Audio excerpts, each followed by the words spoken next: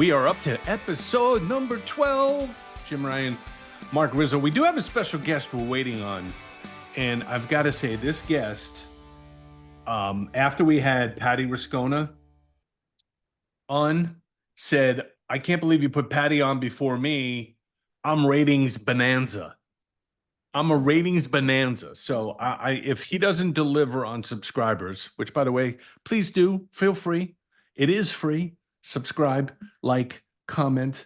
I noticed that Johnny Resnick's up to almost, what, 3,900? 3,000, yeah, 3,000. Yeah. And each one of those subscribers gave us $10. Did you know that? I'm holding the money for you, just so you know. You're still thinking, well, what is it, 1,000 subscribers we got to have before you're doing the car thing, or is it a million? I thought it was 1 million, but we may have to lower the bar considering how quickly these people are chiming in. But I keep telling you, it looks like our guest may be joining us. Speak of the ratings bonanza that he is. Lee Leipsner on Lee board Leipsner, ladies live. and gentlemen. Boys. We were giving you a big send-up. We were giving a big introduction to Lee Leipsner. Rightfully so. Thank you. I was just mentioning how after we had Patty Rascona on, we all love Patty Rascona, that you told me that, why not me? I'm a ratings bonanza. So you have to juggernaut. I'm just letting you go. So you have to make sure this episode has to deliver a ton of subscribers, Lee. Big numbers, Lee. We're counting on you. I always deliver, boys. Do not worry. Ladies Jim, and gentlemen, do a little introduction and say about his historic career. Ladies and gentlemen, it's Lee Leipsner, a longtime radio executive, record label executive. You never worked in radio, did you, Lee? I didn't. I had the voice for it, but I didn't. Yeah. I never worked in radio. I worked radio, but never worked in radio. Same with so you never on the air anywhere? I did a lot of guest appearances on 99X in Atlanta and a few others that wanted Leslie Fram and Brian Phillips, who ran the station. Yeah. Great team. They had me on every month called Ask a Record Rep.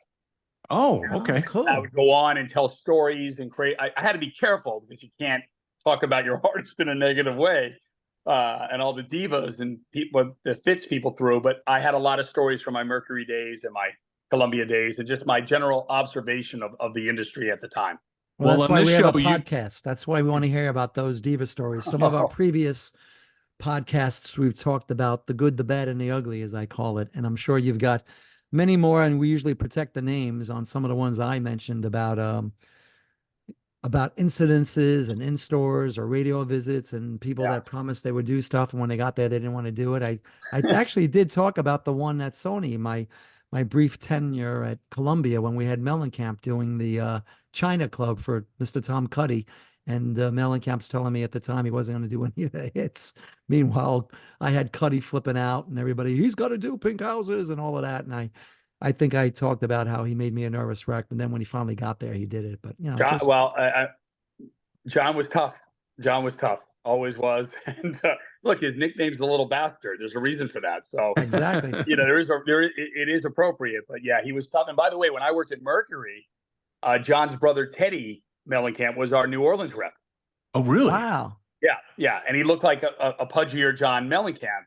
He died, God rest his soul, but I wasn't very close to him. But when I joined, he was our rep, for a while. And then they had to let him go. You can imagine the call that Brenda Romano and David Leach had to call to John, letting him know that his baby brother is going to be out of a job. But yeah. Well, John, we want all the stories, Lee, because you just master the word allegedly, and we can talk about, cocaine off of strippers if you need to. No. I don't have those stories, Jambo. You know that. But it's funny. I've been in this business for a long time. I never did a drug in my life, ever. Same with me. That's why we got along, Lee. Never drank alcohol either. I know it sounds very cliche. I was just a kid who loved rock and roll and loved music, and that was my thing. I'm going to tell my favorite Lee Leipsner story right now. No. This is a funny one. And Mark, you were part of it. We go to that show. I can't remember. I think it was Train and the Script playing at Jones Beach. And with the rain? Was that the one? No, not the rain. We're sitting in and your daughter was with us, and she goes, "We got to go. The flood is coming." And I'm like, "Flood?" And you're like, "What are you talking about?" Sure enough, the tide comes in, and if you're down in front, you were standing in water. So we walk back to the sound booth. I remember. And that's where Lee was. I see Lee walking by in the alleyway with his pants rolled up to his knees. Yeah. Walking in water to go rescue his shoes. I had to have a kayak that night. It was terrible. And Jim's looking at me like, "Did you just go for a swim?" I'm like, "Yeah, I had to roll up my my in pants." That disgusting water that comes in. Yeah, that dirty ass Jones Beach water that is not pleasant, especially when you're stepping in that shit at a show. It's not fun. It might be hypodermic needles in it but Lee looks over because he had his pants all rolled up like he was like, it was funny. It was those were the times, man. Absolutely. Classic. But Lee, how did you start? How did you start in the business? Because when we had our first couple episodes, we talked about how Jim started. I started as a messenger at A&M. But how did you ascend to where you are now? I was 15 years old. I was working at a movie theater in Aspen Hill, Maryland. I grew up in Rockville, I worked in a movie theater too. Cool. And I was an usher, and with my clip-on tie, and it was really lovely. And I would go. There was a record chain in Maryland and DC called Waxy Maxy, and it was a huge chain. There were two big chains growing up in Maryland. It was Kent Mill and Waxy Maxy, and then there was Penguin Feather, which was great too. But the store, that's where I went to shop, and I would go look at albums. That's where I learned labels, producers, just looking at album jackets. It's a shame we don't have that anymore, but I had an education. So I would go in there every day on my break. I would go there when I got paid. I was a vinyl junkie. I just bought everything because that was me. And I was discovering, growing up in the 80s in high school, it was the best time for music. It was the best. Yeah. And I was in and you're a dude and you're, 13, 14, 15 years old in the early 80s, it was all Ozzy, Rush, Van Halen. That's what you had to like. But I liked all that new romantic stuff. I liked all that new wave stuff. That was my passion. I liked Duran Duran. Couldn't admit it to all my friends, but I thought they were Human amazing. League, all that stuff. What's that? Human League and all those other bands. By the way, my favorite label of all time was Sire. Sire was the label for me. It had all my favorite acts, from the Talking Heads to the Smiths to just everybody, Depeche Mode. But so every day I'd go in the record store, and sometimes I had no money and I didn't buy anything, but I just went to look at the albums, look at the covers, look at everything. And finally, this hippie dude came out from the back and goes, "Dude, first of all, that's a terrible jacket you have to wear." I'm like, "Yeah, it is, for the movie theater." And it was like a gold jacket. It was horrible. And I said, "How old do you have to be to work here?" And he goes, 16. I go, "Well, I'm 15. I'll be 16 in about 3 months." He goes, "Well, then come back when you're 16, and we'll talk to you. I mean, it's $3.35 an hour." And that was the minimum wage at the time. And I'm like, "Oh, that sounds great." I hate working at the movie theater. I felt like Mark Ratner in Fast Times at Ridgemont High, like the assistant to the assistant manager. And right. And he would say to me, "You're in here all the time, and you obviously love music." I said, "You have no idea." So on my 16th birthday, and this is no exaggeration, Janet Leipsner will 100% back up my story. I didn't want a gift. I just wanted her to drive me to the record store so I could fill out the application and get to work.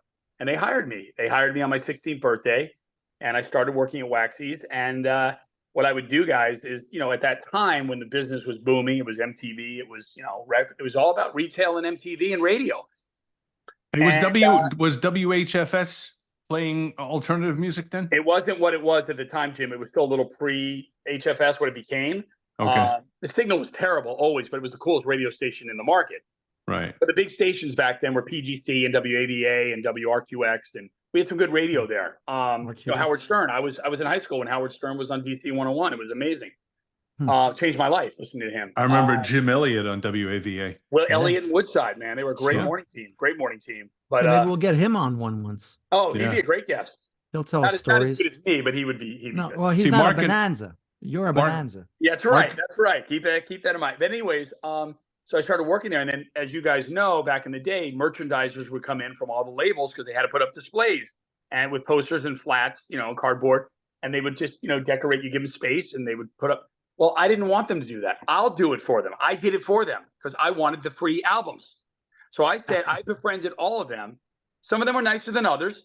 I said, "You go to lunch, take the picture of the display. I'll do it, but I just want the promos." I love the albums that had promo only on the back. I loved it. And I loved albums. So I just got to know a lot of the sales reps that would come in, and they would come in pretty regularly. And when I was just getting ready to start my freshman year at University of Maryland. My mother was thrilled that I only went to school 20 minutes away. Kidding. She was not too happy with that.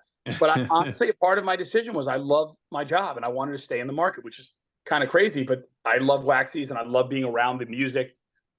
And when I was going there, I called everyone I met in the store and I just said, look, I don't even need college credit. I just want to work in the mailroom. I'll do errands for you guys. Whatever you need me to do, I will do it. There's no task that I won't do. I'm just really want to get started. I want to be in this business. I'm a go-getter. And most of them said, well, we can't because of insurance, and you can't because you're not getting school credit and it's not a long-term thing. And the guys at the time, it was Capital EMI. It was called SEMA, Capital Records and EMI. And the sales guy loved me. And he's like, you want to work for free? I go, for albums and tickets, for sure. I'll come in all the time. I'll come in before classes. I'll come in on the weekends. And I met the branch manager and he's like, yeah, you want to clean up the mailroom every day? Sure. He wasn't stupid. He's like, we got this guy who's gung ho, wants to do it. And they brought me in, and the rest is history. There were two amazing promotion executives, locals in the branch, because it was Capital ZMI and it was Chrysalis. All those labels were under one umbrella. And I befriended them, and they were amazing. One just passed away, Frank Felice, who was at Capital, and Tommy Schoberg at EMI. I knew Frank. And Larry Van Druff at Chrysalis, and they were my mentors, and they really liked my energy. They liked me. I came in. By the way, guys, I would go in late at night on a Sunday night and clean the whole thing up. So in the morning when they would come in, everything was spotless. I had paper cuts like you wouldn't. I mean, my hands were bleeding, but I wanted them to know like this was important to me. And whatever job I do, I'm going to be the president of whatever I do, mailroom, and I just want to kick ass, and I want you guys to know like I'm serious about this. And I don't know where my future is, but it didn't matter. I was just so happy to be around it, just to be a part of it, touching vinyl when it came in, and CDs, and and they treated me very, very well. But I also worked hard. Look, you can't ask people to go get your dry cleaning today. You can't ask people to go clean the toilet. I did all of that. And by the way, I didn't mind because I got the donuts. I did whatever they wanted because exactly. And yeah, at times you're like, fuck this. It's like, God almighty. But I never really thought that way. I'm like, this is part of the job. I'm going to go. Me either. I washed cars. I didn't filed care. records. Yeah, I just did everything and anything. I just wanted them to know that I'm here to stay, and I want, because back then especially, and you both know it, it was all word of mouth about people. Mm-hmm. Who do you know? Who likes Network. you? Somebody who's got good knew reputation? somebody. I was a kid. I didn't know anybody. So these guys, and then they let me started covering shows. So I did the meet and greet for Iron Maiden Somewhere in Time tour, because Frank's like, I don't want to deal with it. You go to Richmond and deal with it. I drove to Richmond. They liked me. The band thought I was good. I was organized. And then they would give me the Red Hot Chili Peppers, and nobody wanted to work with. And then they got naked in my car, and they mooned me on in Georgetown. That's a whole nother story. But and they were on a lot of drugs back then. But at the time, I was a kid in a candy shop. I'm like, this is awesome. But I was also professional, and I did what they asked me to do. And some of the managers told them that I did a good job, and they liked me, and they liked my attitude. And then ultimately, a friend of mine who I haven't seen in a while, she was leaving Mercury Records to go back to radio.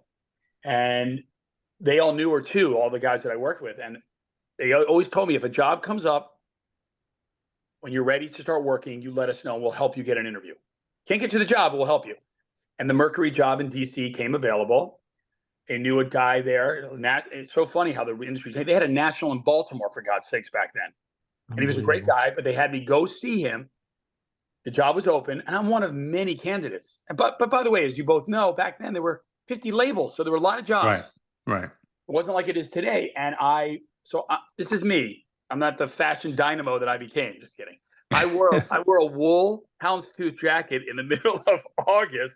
I can't even imagine what they thought. Maybe I was a kid who got lost at the zoo. I don't know what they thought, but I sat with this guy, Andy, and he goes, "Are you a little hot?" I'm like, "I kind of am." He goes, "You don't have to wear that jacket." I go, "I don't have much fashion sense. I wear jeans and t-shirts," but he's like, "Don't worry about that." And he let me talk. He treated me with a lot of respect. And I thought for sure, guys, they were going to tell me, "You're a nice kid, but you're not ready yet. Just, spend some more time." And he goes, "Can you be in New York tomorrow?" And I said, "I can be in New York today." And he said, "I'm down. Go home, change your jacket, just get it together. I'd like your energy. We're going to send you to New York tomorrow. We'll pay for your train ride, and you're going to go see the bosses." And I went up there, and I've never been intimidated in interviews. I just not that guy. I was just me, and I was just truthful. And they asked me a lot of questions about radio, and I didn't know all the jargon yet. I'm still learning. I knew what a hot report was and some other stuff they were throwing at me, all these old terms and playlisting and stuff. But I knew enough about music that they liked that I had a hit. I knew the history and producers, and I was just being real with them. And I think they liked. I'm being honest. I think they liked that I didn't drink or smoke, because they were like, can you get up in the morning? I go, what are you talking about? Always. I'll be in the car at 5 a.m. I don't care. I don't drink. Yeah. They're like, really? Never? No.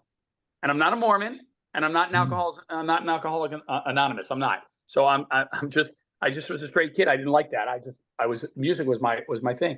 And they hired me. 2 weeks later, I got a call from Brendan Romano, who's amazing, who just left Interscope after an illustrious career. She's amazing. Yeah. She was awesome to me, and David Leach, who was my boss, and they were just two tremendous people that embraced me and treated me like I was one of their own. And they hired me, and it's so funny, guys. When they called me at the branch, I was in the mailroom. They're like, Brendan Romano's on line one. Like, Brendan Romano? I'm like, hey.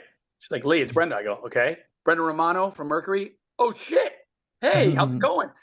She's like, how would you like to come work for Mercury Records? And I said, wow. Oh my God, are you kidding me? She goes, no, we like your attitude. We think you're a go-getter. Really excited to have you. And I said, you'll do the DC. And the markets were so small back then. I mean, I just did DC, Virginia, and West Virginia. It ultimately expanded into Philly and the whole mid-Atlantic. But she was great to me. And it's so funny, guys. I was so excited. I hung out without even asking her what I was making. And money didn't matter. And she called me right back and goes, do you even want to know what your salary is going to be? I go, sure. She goes, what'd you ask for in the meeting? I think it was like crazy. It was like 20 grand or so. It was like crazy money, like crazy. At the time, it was nothing. But, for me as a kid, I can now eat at Wendy's. I don't have to worry about scrapping. And I said, that's great. And we started from there. And that's how my career started. What year was this you went to work for them? Late 88, right around the turn of the year. So it was late 88, Jim. Okay. Where were you working still in I think it was 94 was the first year you and I met at Y100 in Philadelphia. Yeah, I started I worked for Mercury for 5 years. Great years. I left to go work for Columbia. Came after me. Who was running it then? Who was the head of promotion when he came after you? Bert Baumgartner. Ah, there you go. But I was never really Bert's guy. He was very nice to me. It was Jerry Blair. Jerry Blair really. It was actually, it's a woman, I'm sure you both know, Lisa Wolf, really championed me to them. I didn't know she did, but she saw this kid at the radio stations. Lisa would go upstairs and didn't care if there was a lobby full of 25 people waiting for your appointment. She would talk 2 hours about Columbia Records. She didn't care. And then she'd walk out, we're like, wait, what? We just sat here she didn't care. She was she was trailblazing. She didn't care. And she was good, but she was going into, she was leaving the market, and she told them they should hire me. And they came after me. And listen, it's Columbia Records. It was hard to turn down. I didn't know what I was walking into. I didn't know the craziness I was walking into, but I knew that Mercury was great, but I was a go-getter. I didn't want to wait every 4 years for a Bon Jovi or a Def Leppard record. I wanted more repertoire. I wanted to work. And then you see the roster at Columbia. Right, exactly. Like an all-star list. But by the way, guys, they didn't want me for Columbia. They wanted me for a new label called Charisma. What was it called? No, it wasn't Charisma. It was it was a new label they were starting under Columbia. Donnie Einer brought me in to talk to, and he's giving me this whole pitch. And Donnie was very charismatic and very smart. Yeah. Don't I know that? Yep. Yes, you do, Mark. But he was charming in meetings, and he was a big figure, and I was in awe of him. But I wasn't scared. I wasn't intimidated. I talked shop. He loved that I love music, and that was my key. But so he's going over all these artists, and I go, these artists aren't. It was Chaos. That was the name of the label, Chaos. Chaos. That's true. That's right. It's Atomic Dust Band. They were moving artists over. So I go, Donnie, I'm sorry. I must have got confused. I thought we were talking about Columbia. He goes, no. This is the new label. We want you here. I know, but are you moving Aerosmith over? No. Are you moving Dylan over? No. Billy Joel? No. Well, then I'm not coming over. I'm staying at Mercury. And I was very polite. I said, I'm not going to come to a new label, Don. I like what I do. And, Mercury's a good boutique label, and we have hits, not as many as you guys, but we do have our share of them. And he goes, so what do you want to do? I go, I thought this was for Columbia. And he goes, you know what? Fuck it. You are a Columbia guy. And he starts screaming for everybody to come down. Bert, Jerry Blair, all the people there. This guy is a Columbia guy. We're making a mistake. Bert, what do you have open right now? Bert goes, Phoenix, I don't know, Chicago, somewhere else, and DC. And he goes, you could even stay in your hometown and come work for us. And I'm like, oh my God, I'm like overwhelmed. Bert goes, he's our guy. Let him pick one of them. And I decided to leave. It was hard. I can't lie.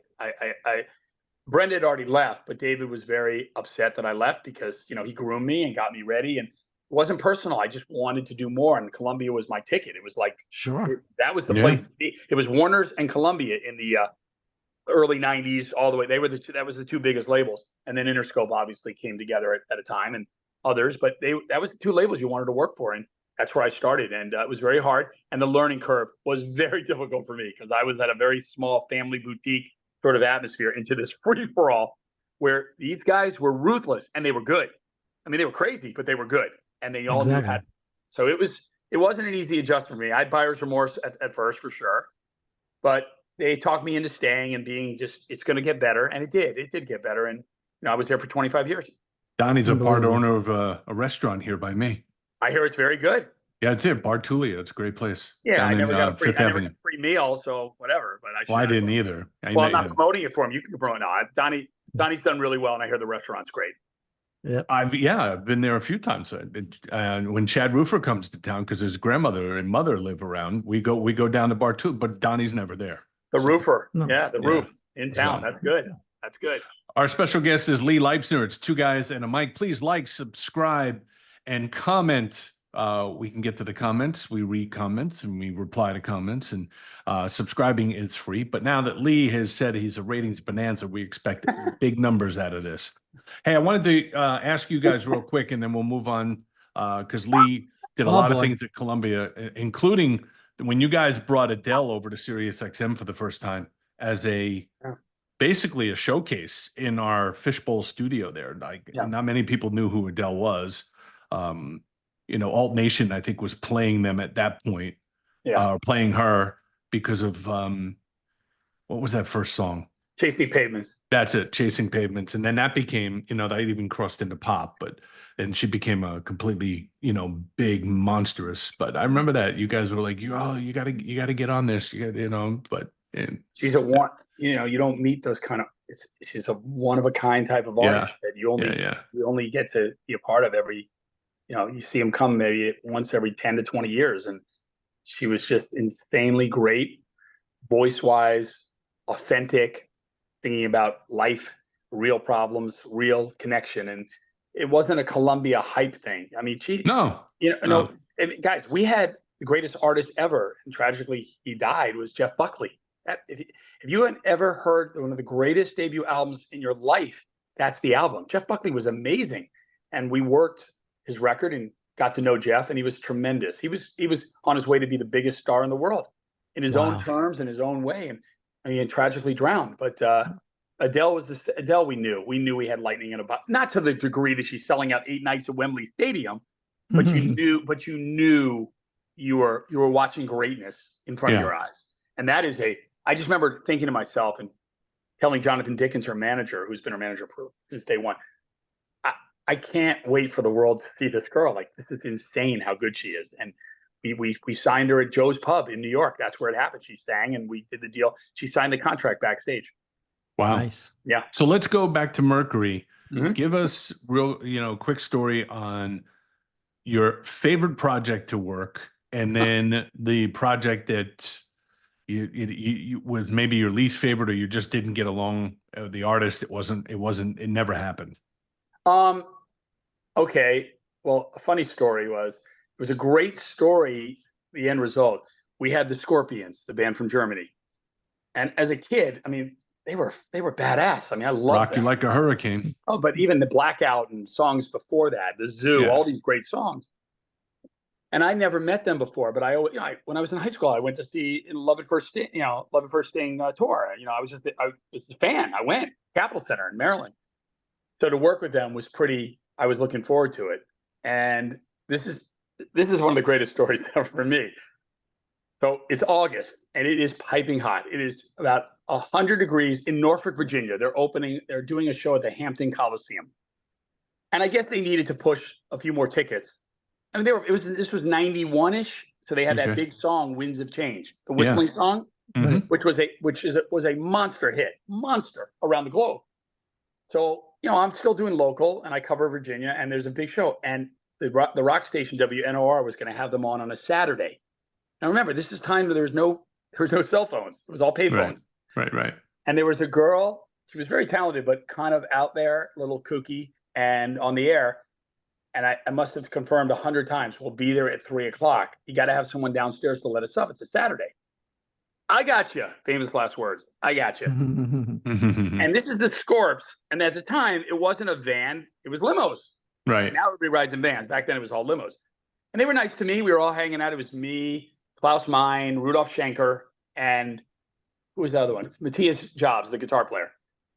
But again, they're speaking in German half the time, and I don't know what the hell they're saying. I mean, I have no idea. I'm like, what? Are they like pissed? I don't know what they're doing, because they go into their little, like, private little talks. But they were lovely guys.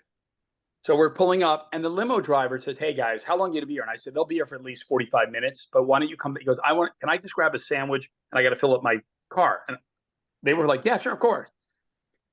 So we get out, and they are wearing leather in August. That's like bad as my houndstooth jacket from head to toe. This is in the summer. Like, it is blazing. And they're wearing like thick German leather. And I'm like, fuck, they must be burning up. So I get to the station, and of course, guys, no one's downstairs. The car left. And now panic is setting in. Now my heart's beating, and I'm like, oh my God, I can't get stuck with the Scorpions. I cannot do this. In the heat, wearing leather. In the heat. And by the way, I'm Jewish. These are a bunch of German dudes. I'm like, I don't know how this is going to go. That's probably what they were asking. Is he a Jew? Is he a Jew? So, well, that came to mind a little bit. So I'm we're banging on the door. There's no one. The station's 10 floors up.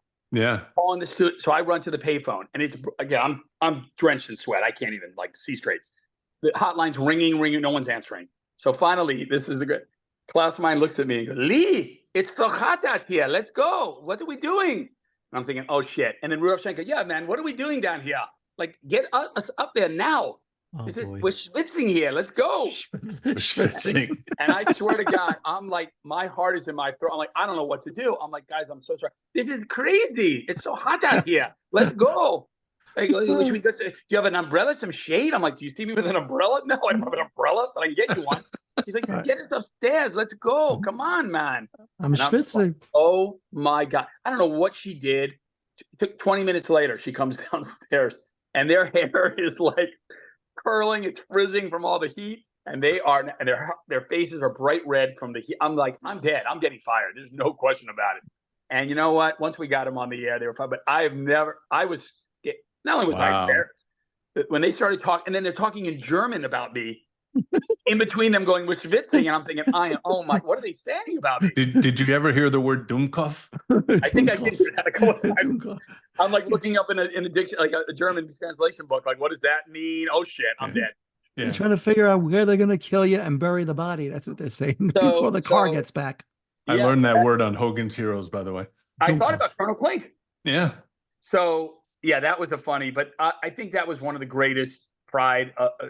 It was very prideful for us to bring them back into the mainstream the way we did with that song, because nobody cared about the Scorpions. No one thought they had mainstream appeal anymore. And this song was just such a worldwide hit, like a global smash that we brought back from, no one thought they would have another hit, especially at pop radio. Yeah.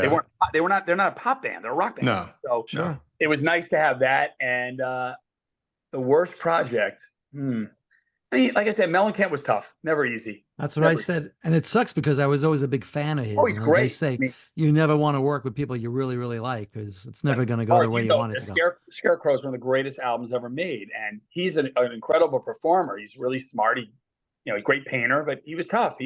I'll tell you a quick story. The guys in Def Leppard are very nice. Very nice. They always were. And they were managed by Q Prime, Cliff Bernstein and Peter Mensch, who are legendary. Yeah. And the whole theme with them, and they're great, but Cliff was always the nice guy and Peter was the villain. That's how they work. That's how they were always. And I have Def Leppard. This is the Adrenalize album. So it took 4 years to make. Rick Allen lost his arm. I mean, it was a lot. Steve Clark died. So there was a lot of problems in the band, but they I give them credit. They came through, and we finally had a new record. And first single was "Let's Get Rocked," and it was '91. And I'm new to Philadelphia. And Philadelphia, by the way, great city, great place, tough, but great rock town, great fans. Pierre Robert on WMMR. I mean, it was great. Yep. And Pierre's still there. He's still there. God, he's so good. But I am new to the market, and there were some legendary promotion people there. Bobby Silver, who was a Geffen, she's a legend. Great. But there's also a lot of gangsters, mobsters who were promotion guys up there. And, again, I was very polite. I just worked my way through, but I, respectful. But I need to learn the market. So my first show was with Def Leppard at the Spectrum. And this is Adrenalize. So people it's big because, they just came back. It's been a hiatus, And I take Rick Savage to WEGX in Philly. Okay. That was the station at the time. Brian Eagle 106. Brian Phillips was the program director. Eagle 106. Eagle 106. Chuck Teza and J-Bo Jones and all these cats. I worked with Chuck at Y100. Yeah, Chuck's a good guy. And Brian was really smart. Smarter than any program I ever worked with, but very ahead of his time. And that's why he became who he is. But anyways, he's running Cumulus now. But Rick is a lovely guy, and we had a good conversation. And I had a Honda CRX, guys. I mean, I had a 2-seater. I mean, this was not. So he jammed in my car. We're driving because we didn't know. And he was great. He just wanted to smoke a cigarette once in a while. I'm like, I don't care. Do whatever you want. But lovely guy. I drive him. The only thing Peter Mensch said, don't be fucking late bringing him back for sound check. Do not. I got a stern warning. I'm like, okay, I'm new to this area. Well, figure it out, dude. I'm like, all right. So I'm in the car. Of course, now I'm worried about, I better not get lost, So we go to the GPS and all that stuff. You got stuck on the Schuylkill, right? You got stuck on the Schuylkill? It was all, no, I wrote it on a napkin. Oh, okay. Where I have to go. So I find the station. I'm there. Everything was fine. He was doing a great interview. Rick, people know Rick Savage. He's really nice. And of course, I get lost on the way. I can't find my way on the way back. I took a wrong turn, and I'm looking at my watch. I'm late. I know we're going to be late. And he was you're sweating again. You're sweating. You're starting to sweat. I can't do the sweat. I'm wearing the Scorpions leather jacket at this point. And Rick Savage is calm, cool, and collect. He goes, Lee, don't worry, mate. Just stop by the gas station. We'll figure it out. Don't worry. I go, Peter's going to kill me. He goes, no, he won't. I got you. Okay, Sav, fine. I'm calling him Sav already, like I'm his best friend. and he goes, gets a cigarette, and he's smoking outside and being very cool. Rock star, great guy. So we're like 20 minutes late. We figure it out. The guy gives me directions, and of course I'm writing him like a spot. And we got there, and who's waiting at the stage door? Peter Mensch. Oh no. And Sav goes, Lee, thanks for a great day. I'll see you later, buddy. I'll see you at the meet and greet. And hugs me and runs to the stage. Peter goes, and I go, it went great, Peter. He goes, sit down. Oh boy. And he starts chewing me up like there's no tomorrow. I mean, he is going, and part of it was show, obviously, but he was really, really giving it to me. And I'm a young guy. Like I'm just took over Philadelphia. And again, you're worried about like, what the fuck is going on here? He's chewing me out, not in German, but he's chewing me out. And he didn't call you Dummkopf, yeah. And he's literally screaming at me and making a big scene. And I'm like, Peter, I'm sorry, but he's here now, and I won't let it happen again. It's just, I'm new to this area. I know, get a driver next time, you idiot. Like, just calling me he was just pretty ruthless. And now we're fine. I mean, Peter's great. But anyways. Are most of the stations out on City Line Avenue? No. No? Wait, where were you visiting? Wasn't Eagle out on City Line Avenue in Bala Cynwyd? It was, 100%. It was. Yeah. But obviously I was just new, and I have to tell you this. Rick Savage gets word, or maybe they stop playing a song, and he hears Peter screaming at me. He comes tearing down the hallway and goes, Peter, enough. Leave him alone. I stopped for a ciggy. He's okay, man. Stop screaming at the guy. He's all right, man. We're here. God damn. And he was nice. And I just remember going, my hero. Like, this is perfect. This is perfect. But but Mensch was pissed, and he was, he had a right to be mad, but it was not a big deal. But Savage was great, and he came and rescued me, and the rest was history. And you know what? I worked with Peter and Cliff on a bunch of other projects, and those guys are one of the best teams ever. Great guys. So you're in Philadelphia till what year? I did Philadelphia all the way from 91 till 93 when I became I'm sorry. 91 through 94, and then I became a national for Because I was Columbia. going to say, we met in 94 when I started at Y100. Yeah, I got the job at Columbia doing local DC, that whole area, and then they promoted me a year later up to the New York office, and that's when I started my national career. But yeah, but I will tell you both, and Mark, I know you know this, and Jim, you've dealt with enough reps. Being a local was the greatest thing ever. It was just the greatest thrill, you know, to drive around. You get paid to work music, man. It was awesome. You get to eat for free. You get to take people out. Some people you didn't want to take out, but you did. You did your thing. And, you know, just to jump in your car and drive, you know, 2 hours here and 2 hours there. I just and then hearing your record on the radio still today is the greatest feeling. Still today for me. Exactly. Sure. Still the greatest hard work is to hear a record. Even the ones that are stiff. It was the greatest. So that's what I always say. We work the good, the bad, and the ugly. Oh, I've worked the ugly. It got ugly. I always love discussing music with Lee because we go back and forth. Oh, stiff. Yeah, that's a stiff. Or that's a good record. That's legit. You know, it's good talking music with Lee. I don't bash people's records. I think that's a bad sin. I don't do that. First of all, it's not their record. It's an artist, and that's their career. If someone asks me my opinion or they ask me what I've seen on the record or heard, I will tell them that. If they want my opinion without me volunteering it, I will tell them. If something's not good, I'll tell them. I don't hear this from me, you know, because I have a pretty good ear for pop. But again, there's some songs that nobody heard. You think anybody heard Hozier Take Me to Church as a top 3 pop record? And he is brilliant. He is amazing and the nicest guy you could ever meet. But no one wanted to play that record. And it was Z100 didn't want to play that record. And it became a power for them. So we don't know. The audience knows. Don't fool the audience. They know. They'll tell you. And now, especially today, but back then, you know, it was all sales reports and as Mark knows, and requests. That's where they built it from. But no, I never backed. Jim and I always had great talk because I always felt as a record person, Columbia Records was great and we had big market share. But we didn't have all the hits. I like talking about other people's hits. No, but I think you know what else I think you guys, as the business has evolved, especially my time at Sirius, and I worked with, you know, Kid Kelly and we had a great thing going with, but I think what a lot of the label guys really appreciated was that we did care about music, where a lot of radio guys, you know, just didn't. I wanted to talk music. Sirius was always, and still is in many ways, one of my favorite places to go because it is music centric, and it always has been. An artist that nobody ever would play, you guys would play. And it was about the music and how do we brand and how do we market. And people throw all these words around, partnerships and all that. Half of it's all bullshit. It's not about that. You know, it's just not what it. People like to use those terms, but it really was and is, you know, like that. Jim played a big role, and we broke a lot of records together. We did many years, and I'm very grateful for that. Me too. Lee, I want to just jump in and say, one of my disappointments was when I had the opportunity to go to Epic, and I thought you were there. And unfortunately, after we went through all of that, you had switched and went to Columbia. That wasn't my choice, Rizzo. Wasn't my choice. I know, but I was going there because, and I've said on other podcasts that I have never met a better promotion person in my life than you. I mean, seriously, I could pick a city. You could tell me the call letters. You would tell me the owners. You could tell me the last 4 PDs and MDs. You are unbelievable. Seriously, you are. I mean, I do this for a living and other people do, but there is nobody. And I said, you can't bullshit Lee. He knows everything. If you make sure you call somebody, make sure you call him, because 5 minutes later, he'll call him and know that you didn't call him. So you got to be on top of your game. But I always said, damn, when I went to Epic, that's when that whole thing changed. And I was with somebody else and it wasn't you.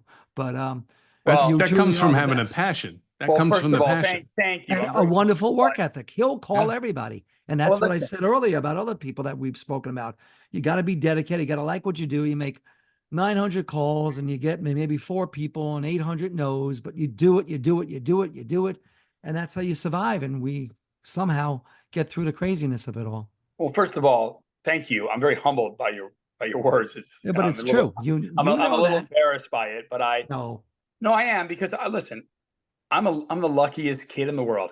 I got to make a career out of helping break artists. And I know it's sentimental to me because, again, you know, I was the kid in high school at all the cassettes and everyone wanted to borrow them from me. And I was like Damone. I had tickets for shows. I knew how to figure out where to go and camp out. And I slept in the snow for shows and at Hecht's department store. And, you know, I just loved everything about it. But I always said, you know, I get paid to work music, man. This is like, I would have done it for free. And the It's not reality like breaking rocks for a living. I always yeah, say, I mean, I think about what people have to do and the real heroes and the real work ethic and what people do. Yeah, I worked hard. What I did, Mark, though, is I have never been a phone monkey. I just can't call. I did my set of calls, but I get bored with being on the phone. I no, have you to want to go. be there. You want to get out So there. You got to I have that went to connection. Amarillo 7 times in That's my right. career. I went to Eugene when nobody else would go. I took the drive. I went to Springfield, Missouri. First of all, they're good, really good people there, and there's an audience there, and you need to know the market. And by the way, with some of these guys, you went once and you had them. You Yep. showed up, you took them to dinner, and next thing you know, they're like, "Did you listen to my station?" I did, and here's what I heard. You know what? You pay attention. You got to do your homework. You got to know. And I really lived it. And what really annoyed me was when people in our business were doing the job that hated the job. All they did was bitch about it. Oh, I hate this promotion. It's the worst. I hate radio. And get out of it, dude. Yeah, Get out. break rocks, like I said. Go do that. I Yeah, always but said go the do same it. thing. I would have, Yeah. I get paid to play music and talk on the radio. I mean, this is, there are far worse things to do in the world. Yeah. So I'm still very humbled and grateful for the opportunity. I'm at BMG now, and I got great leadership there, and we're revamping an entire label and trying to bring something back that a lot of people aren't aware of. What a BMG stands for. It used to. People still ask me, guys, if my email address is still Sony BMG. BMG hasn't been with Sony for over a decade, so it's still and they're still old German, aren't they? Are they calling you Dummkopf there? You know what, Mark? If they do that, I better get packing. So not yet. We are talking. It's two guys and a mic. We're talking to Lee Leipsner, longtime label exec with Mercury and Columbia, now with BMG. Like, subscribe, please comment. Subscriptions are free, so please. Bonanza yes, ratings. please. Ratings juggernaut. Guys, please Plus sign up. I gotta prove myself to these guys. Let's go. This is radio. This is pod gold. That's all I can say. Let's do our top 5. I sent an email yesterday. Well, wait, before we do that, prepared? Jim, we have to give him credit. He did do a British accent and a German accent. We haven't had anyone that can do accents. No, so my there, German we're going to get a bunch of people. Than my English accent. It is. I've had a lot of practice with that. But when you yelled at by the Scorpions in German, you remember that forever. I'm picturing those guys out in the heat. I can't believe this. Get us upstairs already. So hot out here. Hotter than a hurricane. Let's go. The top 5 list this week. We're looking for your 5 favorite movie songs of all time. So Lee, run down your 5 for us. Movie songs? Movie songs. I sent an email. I thought I did not read that email. He doesn't read emails. No, I do. Guys, all right, Mark, we'll let you start. We'll give Lee a few minutes to think about it. Mark, you start. Give us your 5. Yeah, Mark. You start, Mark. I like the song from Breakfast Club, Don't Forget About Me, Don't You? I mean, that was a classic. Yeah. I'll even go as far as to say Footloose. That was a great one for the movie. That was a fantastic. By the way, just a little insight to your followers and your listeners. Don't You Forget About Me was not written by Simple Minds. No, it wasn't. They actually offered it to Billy Idol first. They didn't even want to do the song. That's right. Nice. Billy Idol had first rights to do it because his producer is the one who Keith Olsen produced it. Mm-hmm. And they brought it to Billy, and he rejected it. And so Simple Minds, that's just a little background on that song. And they didn't want to record it, and it became their biggest hit. Yeah, it was a smash. It was just and it fit the movie. One thing about John, my list is going to be John Hughes movies. I'm just going to tell you that right now. Yeah. Right. All right, go ahead. Go ahead, Riz. How about the one I had a little thing to do with Bodyguard? I'll Always Love You. I think that's classic. I think I have to put that in there. I mean, I have to say, here's one that would mean something to Lee, Mr. Springsteen doing Streets of Philadelphia for Philadelphia. I think that's classic. Great song. Great moment. I'm going to go back to the Bee Gees, Staying Alive, Saturday Night Fever. How do you do that? Okay. All So right, I'm ready, Jim. I think I can go ahead, Lee. Together. Give us your 5. My 5. Well, you gotta definitely pick one of the Quentin Tarantino movies. I mean, I think Stuck in the Middle with You and Reservoir Dogs is pretty significant and great moment in that movie. Yeah. Great song, by the way. I will tell you, my life with soundtracks, I appreciate good movie soundtracks for sure. They kind of were so big and they went away for a minute, and now they're coming back a bit more now. Like there's a lot of songs in the new Twister soundtrack that people are playing, which is kind of cool. I like seeing that variety. I think John Hughes, the way he used music in his films, that was for me, was it. I mean, the Stones, Amanda Jones in Some Kind of Wonderful. I mean, Yep. that was great. I mean, the Thompson Twins in 16 Candles. If You Were Here. Dance floor. Very cool. That was a great moment. Staying Alive for sure. I mean, I was a kid in the 70s, and by the way, I hate when people like, and not a lot do now, but who could ever bash the Bee Gees for anything but greatness? The songs are insane. And you know what's so funny? They were dance records. That's all they were. They didn't write disco songs. They wrote dance records. But that was pretty, that scene of him walking down the street and that song playing is nothing, there's nothing like it. But I was always an alternative guy. So I liked some of the alternative soundtracks and those kind of things, like the use of the Smiths and some of the, In Your Eyes was great. Say Anything. Yeah. I mean, that was a pretty pivotal moment in that movie. Got another one for you. Pretty in Pink. Psychedelic Furs. Psychedelic Furs, by the way, are one of the most underrated bands ever. And I'll tell you, one of the greatest songs, and we'll get into this another time, but when I'm back on when your ratings are so high and your numbers are huge. We'll have to have them come back, Jim. Yes, we will. Back. Richard Butler, the song from the Psych Furs, Ghost in You, could be one of the greatest. If you've never heard the Ghost in You by Psychedelic Furs, that is easily one of the greatest. I will never get tired of hearing that. That is truly one of the greatest songs ever written.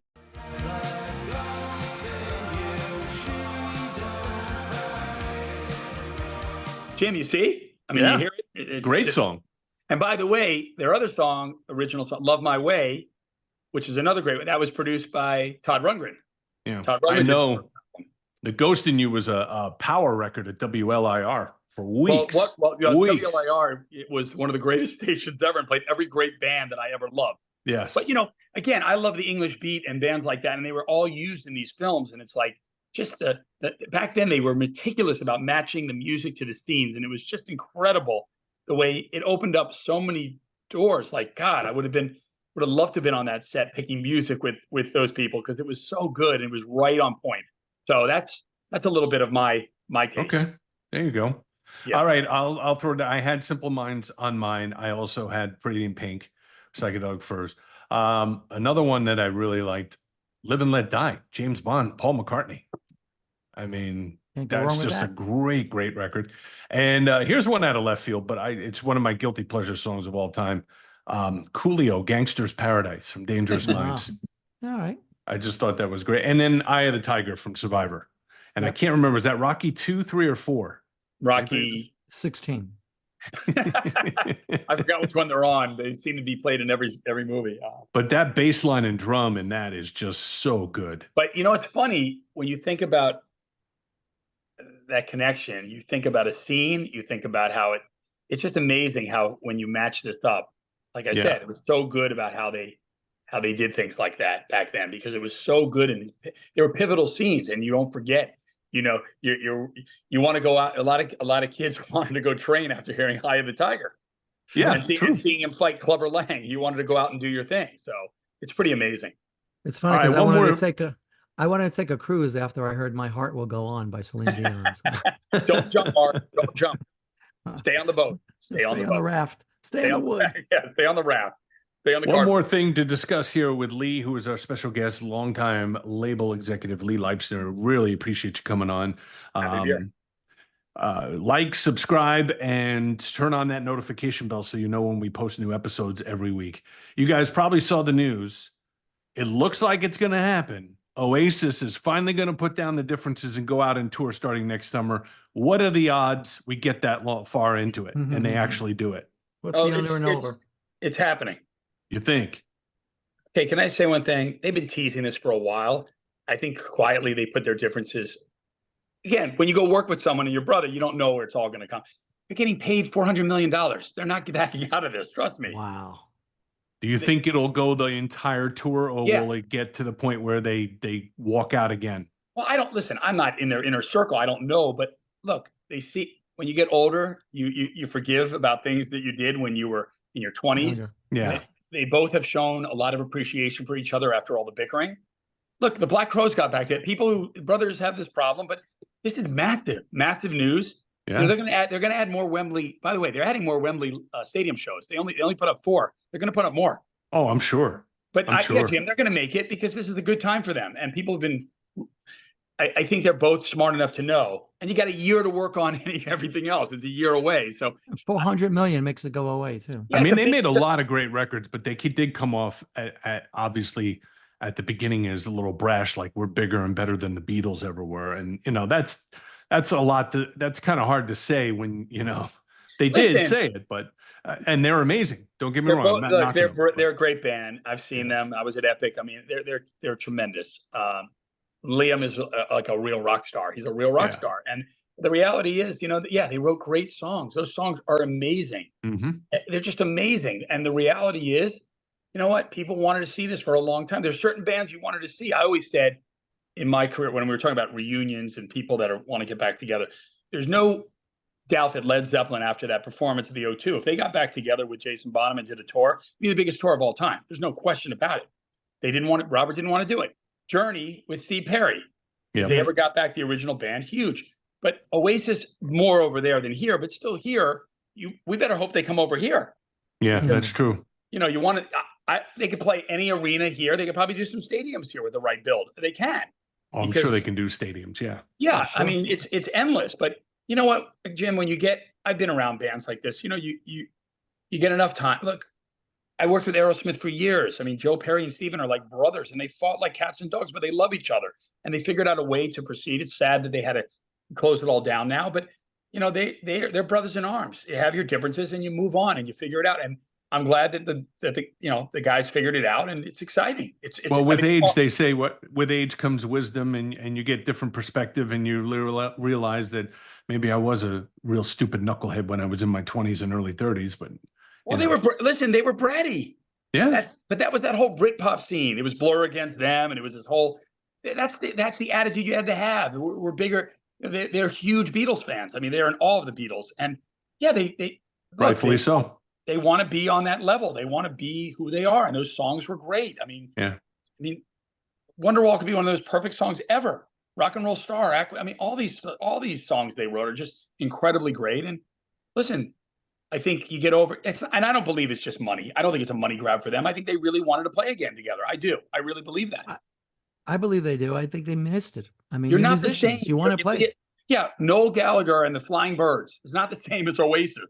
It's not. No, it's not. And Liam, who just did festivals and stadiums in the UK, it's not the same as the brand of Oasis with his brother. So I think it's all great. I think if we need it, it'd be awesome. You know, I would give my right arm for a Smiths reunion. It's never happening, but no, Talking Heads tour would be great.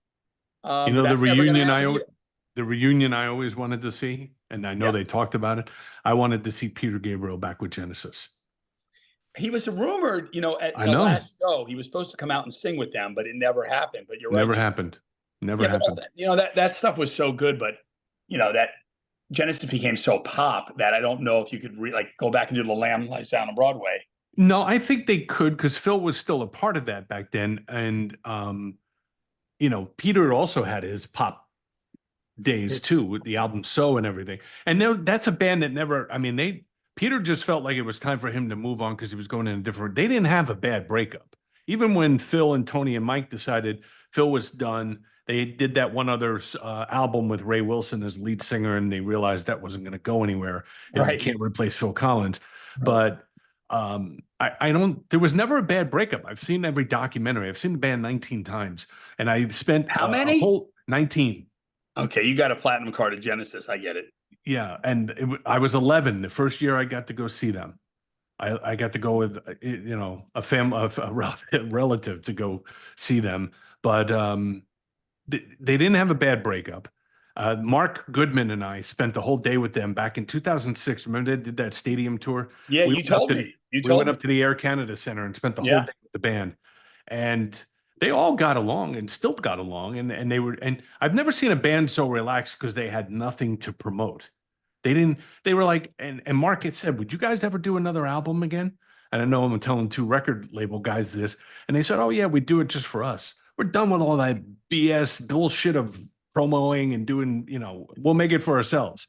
You know, they didn't have anything to promote, so they were relaxed and they loved playing together.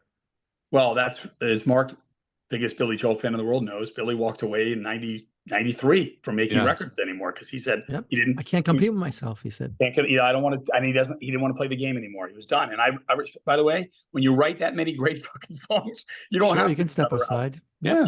and by the way, Jim, I think that's just remember Genesis with Peter. You know, they did get back together to do Carpet Crawlers. Yes, they did. I have that new version on the Greatest Hits, which was pretty amazing. They were all in the studio. They shot a video together. But you're right. There was no tension, and they love Peter, and even Steve Hackett, who by left. the way, I have to ask Rizzo this. Rizzo, were you at Arista when GTR came out with that song, When the Heart Rules the Mind? That was just before me. I'm trying to remember. Actually, we have a fan who watches us. His name is Dave German. I don't know if you know Dave. I know Dave German. He's a walking encyclopedia of all things music. And I'm sure I'll get an email. I'll get an email about the exact date of GPR, but I think it was before me. Okay, well, GTR was Steve Hackett. GTR, sorry. Steve Hackett and Steve Howe from Genesis. And they had a song called When the Heart Rules the Mind, which was unbelievably great. Great. Top 40 hit. Great song. And it's funny. I love that album. I saw them. They did one tour and then they broke up. I went to that tour. And it's funny. I was going to go on Stern and do Stomp the Buoy. But you have to bring a girl that gets naked behind a curtain. I have a lot of friends, but they're not getting naked for $5,000 for Howard. So I was going to play Gary. So they got somebody else. And on that day that he was on the air, I used to yell at the radio because Gary's very good, very good. But certain some of the glam metal stuff he didn't know. But he's good. I mean, he's very solid. The last song Howard played was When the Heart Rules the Mind. And I'm yelling at the radio, I would have won GTR. I got it. And Gary had no clue. Neither one of them had any clue what it was. And you would have won. Great song. Yeah, really is. And I just heard that Phil is working on new solo music. Well, listen, he's had a lot of help. Can't play the drums anymore with the health issues. He's got his kid to do that now. That's true. But he is working on new music from my understanding. Hey, Lee, can't thank you enough for coming on and talking stories and sharing your incredible career with us and helping us grow this show. Because that's what I know. But before he goes, I think that song was 1986, When the Heart Rules the Mind. So there you go. Yeah. Is that what it was, Riz? 86? That's what it says. Yeah. Now I got to shut it off because now I'm ruining everything. Well, Hackett left Genesis in like 79 or 80 because the first album after he left was, and then there were three, which produced their first ever U.S. top 40 hit. Do you know what it was? Yeah, was it Follow Me, Follow You? Well, the other way around, but Follow You, Follow Me. Oh, Follow You, Follow Me. I don't know. Listen, but you're right, Lee. You got it. Ding, ding, ding. You got it. What's the prize, guys? Come on, let's do this. We're working on prizes for our guests. Yes. You know, he did promise a car for the millionth subscriber. A basket, something. I mean, come on. But Mark promised a car for the millionth subscriber. So we have some time on that one. Oh my God, I'm signing people up now. It might be a Matchbox car, but it'll be a car. Dave is always Jimmy, always changing the rules. Not cool. But wait, before Lee leaves, I think he's got Johnny Resnick hair, by the way. I think he could go off as Johnny. Look at the hair. Oh, Lee, you got a whole look going there. I didn't go up to her and say, can you give me the Johnny Resnick look? It's not a bad look. Good. Mark asked Johnny about that style. And Johnny goes, I just roll out of bed and I throw some in and that's it. Well, it's funny. When I first got my hair cut, because I usually wear it pretty long, I look like I was in a Korean pop band. I look like I was in K-pop. I'm like, I'm in a K-pop group. I really feel that way. And people are like, oh, you look like, no, you don't. I'm like, yeah, I got a K-pop haircut. It's all good. But thank you. Yes, it's flowing nicely now. Nice. You have straight hair. I don't have straight hair. You got really good straight hair. Exactly. I don't have any. So, well, there you go. See? Yeah, that's a whole nother podcast. I know. Lee Leipsner, thank you so much, my friend. Good seeing you. Oh, thank you very much. Lee. You're the best, buddy. Thank you. Take care. See you. I told you he's a musical. He's a radio and a musical genius. He really is. That story about scorpions was great. That's the great story. Because as a promotion person, you're always worried. And back then, we didn't have GPS. We didn't have cell phones. Right. I mean, how many times I'd go to bed and I'd hope the tickets would be at the box office. And then, you would, boy, it's pouring now. When you would leave your office on a Friday, if there were shows over the weekend, you had no way of knowing if people got backstage or they had tickets. You didn't know until you came in on Monday. And then you had a message on your machine. The tickets weren't there. You'd be nervous. Two guys at a mic. It's Jim and Mark, and we just had our special guest, Lee Leipsner, incredible friend and label executive for many years. I wanted to bring this up with Lee, but we didn't get to it. We kind of ran out of time. But I was looking and I saw that Rod Stewart is reissuing his Christmas album, this time on vinyl, the one from 2010 or 2012. But you had an interesting little tidbit about Rod. What's going on? I saw something that came across that it says their marriage is at a stalemate because Penny wants to go back to the UK, and Rod had promised that he would, and they had the house up in LA that they were putting up for sale. He pulled it off the market. Now he's saying he's not going to sell it. He wants to stay in LA, and with the residency in Las Vegas, he liked going back and forth. But I heard the residency was only extended a couple of, it wasn't a long-term extension.